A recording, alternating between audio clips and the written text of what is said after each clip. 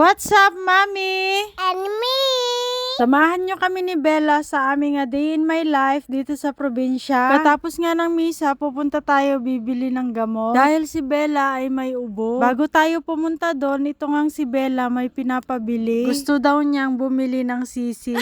Sabi ko, wala sa budget namin yon, kaya hindi muna kami bibili. Sinabi ko nga na meron kaming alaga dong manok. Hindi daw yun magkapareho. Dumugo na nga yung ilong ko, kaka-explain.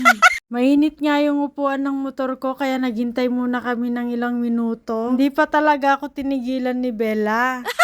Sabi ko sa kanya, sige, bibili kami, pero kakatayin na lang namin sa birthday niya. Hindi daw yon yung kinakatay. Yung may pakpak lang daw yung kinakatay, sabi ni Bella. Sa pag-uusap namin to, syempre ako ang nagwagi. Napansin ko sa buhok ko, parang hindi ako nagsuklay.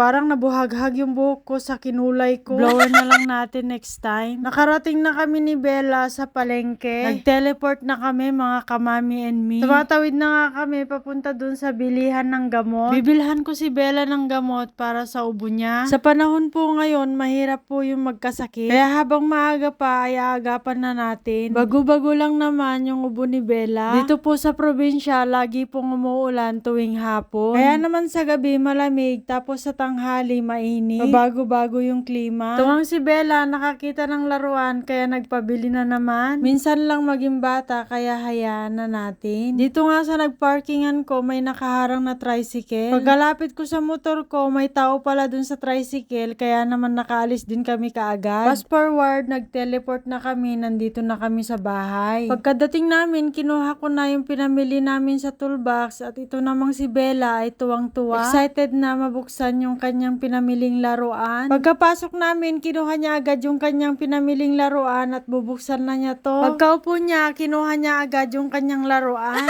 Di naman excited dyan, pero gustong-gusto na niyang buksan yung kanyang laruan. Nabuksan na nga niya yung Barbie na kamukha daw ni Rapunzel. Kaya ito yung kinuha niya kasi nga si Rapunzel nga daw kasi mahaba yung buhok. Masayang masaya si Bella. Hindi naman to kamahalan, mga kamami and me. Ang importante, na-appreciate ni Bella.